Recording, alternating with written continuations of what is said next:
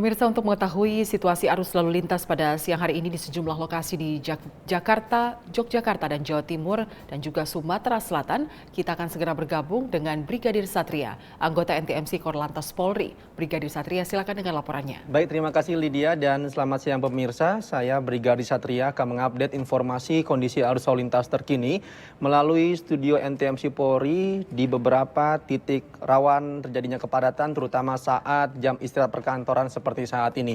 Yang pertama kita lihat kondisi arus lalu lintas di kawasan Simpang Semanggi, Jakarta Selatan.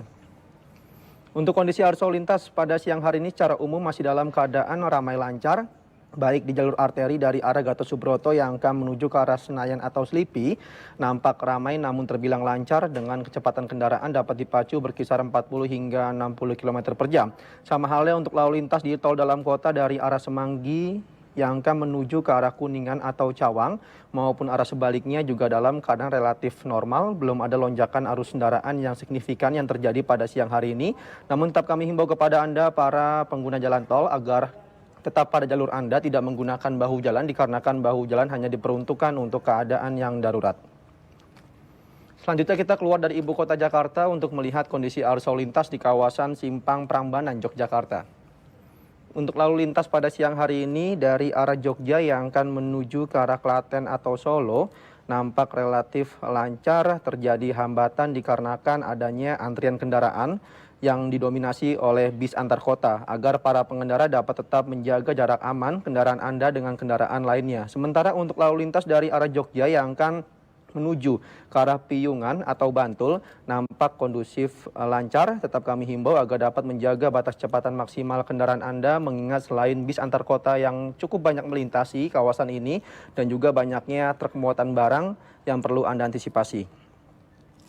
Selanjutnya kita beralih untuk melihat kondisi arus lalu lintas di kawasan Simpang PDAM Malang, Jawa Timur. Untuk kendaraan pada siang hari ini, di mana bertepatan juga dengan jam istirahat perkantoran dari arah Jalan Soekarno-Hatta yang akan menuju ke arah Kota Malang, terdapat antrian kendaraan atau kepadatan dan juga perlambatan kecepatan berkisar 5 hingga 6 kendaraan ke belakang. Selepasnya kendaraan dapat kembali lancar. Kami himbau kepada Anda para pengendara agar dapat tetap berhenti di belakang garis stop mengingat di sana terdapat hak para penyeberang jalan. Sementara untuk arah sebaliknya dari arah Kota Malang yang akan menuju ke arah Jalan Soekarno-Hatta masih dalam keadaan relatif lancar. Namun tetap kami himbau mengingat adanya perpotongan arus di kawasan Blimbing yang juga menjadi salah satu faktor yang menyebabkan adanya antrian panjang kendaraan di jalur ini yang dapat juga mengganggu kelancaran arus lalu lintas agar dapat tetap ikuti arahan petugas kami yang berada di lapangan. Dan yang terakhir kita lihat kondisi arus lalu lintas di kawasan Jembatan Ampera, Sumatera Selatan. Untuk lalu lintas pada siang hari ini di kedua arahnya masih dalam keadaan relatif lancar, baik lalu lintas dari arah Jalan Sudirman yang akan menuju ke arah Jembatan Ampera maupun kendaraan dari arah Ampera yang akan menuju ke arah Jalan Merdeka. Di kedua arahnya masih dalam keadaan ramai lancar. Namun tetap kami himbau kepada Anda para pengendara agar tetap pada jalur Anda, tidak menggunakan atau melintasi trotoar dikarenakan jalan tersebut merupakan hak bagi para penyeberang jalan.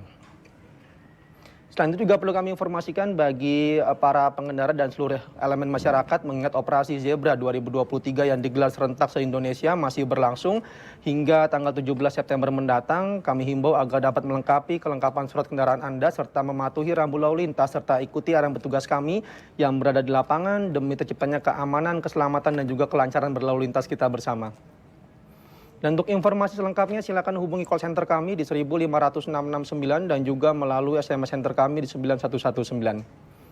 Stop pelanggaran, stop kecelakaan, keselamatan untuk kemanusiaan untuk Indonesia lebih tertib. Demikian informasi yang dapat kami laporkan langsung dari studio NTMC Polri. Semoga bermanfaat. Selamat beraktivitas dan salam presisi. Kembali ke Anda studio. Baik, terima kasih Brigadir Satria atas laporannya. Selamat kembali bertugas.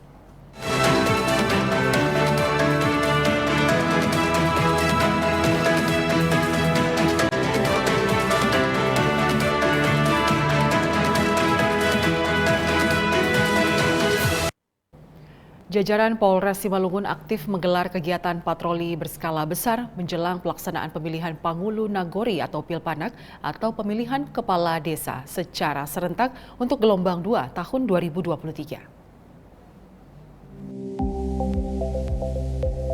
Pemerintah Kabupaten Simalungun telah mengeluarkan tahapan dan jadwal pelaksanaan pemilihan Pangulu Nanggori atau Pilpanak atau pemilihan kepala desa secara serentak untuk gelombang 2 tahun 2023. Tahapan pemungutan dan penghitungan suara akan dilaksanakan pada 13 September. Untuk itu, jajaran Polres Simalungun aktif menggelar kegiatan patroli berskala besar. Sabtu malam 9 September lalu, Kapolres Simalungun AKBP Ronald FC Sipayung memimpin langsung kegiatan rutin yang ditingkatkan dengan patroli skala besar. Patroli ini dilaksanakan mulai pukul 20 waktu Indonesia Barat hingga selesai di lokasi rawan kriminalitas dan tempat berkumpulnya masyarakat atau tempat-tempat ibadah di wilayah Kabupaten Simalungun. Kegiatan patroli skala besar di malam minggu ini merupakan kegiatan rutin yang kita laksanakan, di mana malam minggu ini adanya peningkatan aktivitas masyarakat yang akan menikmati malam panjang di weekend ini.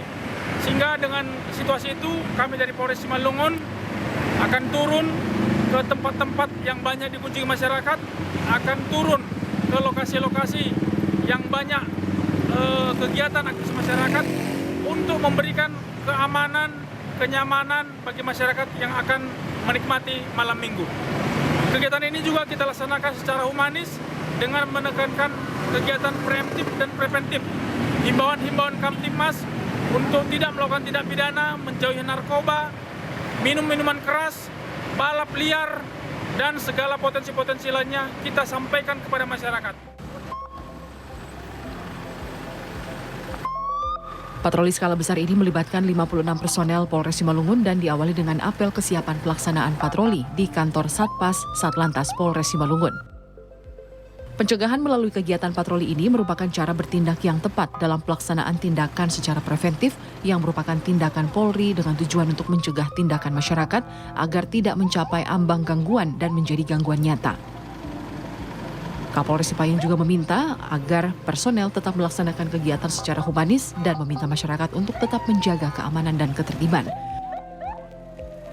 Usai patroli berskala besar ini, Polres Simalungun melanjutkan patroli rutin mengantisipasi kerawanan Kamtibmas hingga dini hari guna menjaga kondusivitas di Kabupaten Simalungun.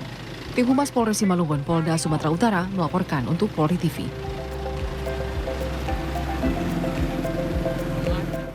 Seorang pria diamankan di Treskrimum Polda Sulawesi Utara karena diduga memeras dan mengancam salah satu perguruan tinggi di Manado.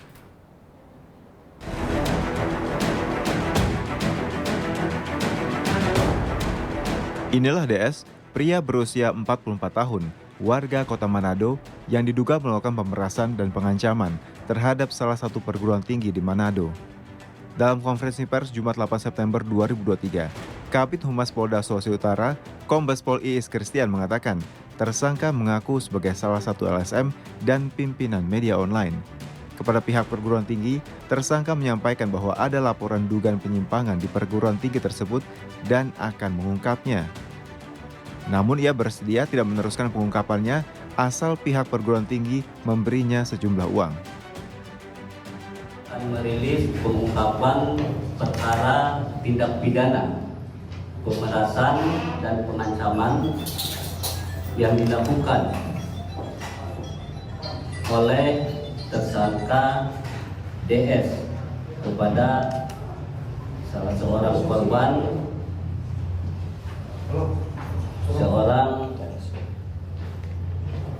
dosen di salah satu perguruan tinggi yang ada di Manado. Peristiwa ini terjadi pada tanggal 6 September 2023 dengan TKP yaitu di depan kampus Sekolah Tinggi El Fatah Manado, Jalan Samrat, Wenang Selatan. Ini terjadi sekitar pukul 17.30 WITA.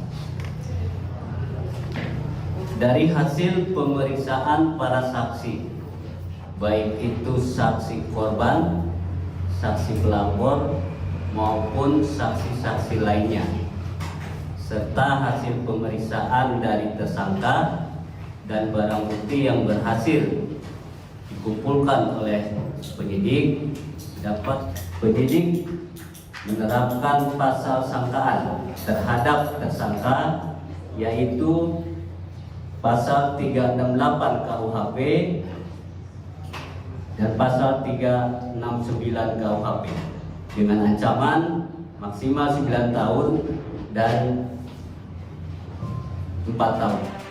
Atas perbuatannya tersangka dikenakan pasal 368 KUHP dan pasal 369 KUHP dengan ancaman hukuman maksimal 9 tahun penjara.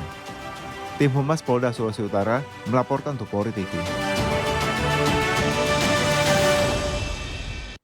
Pemirsa Presisi Siang akan segera kembali, tetaplah bersama kami.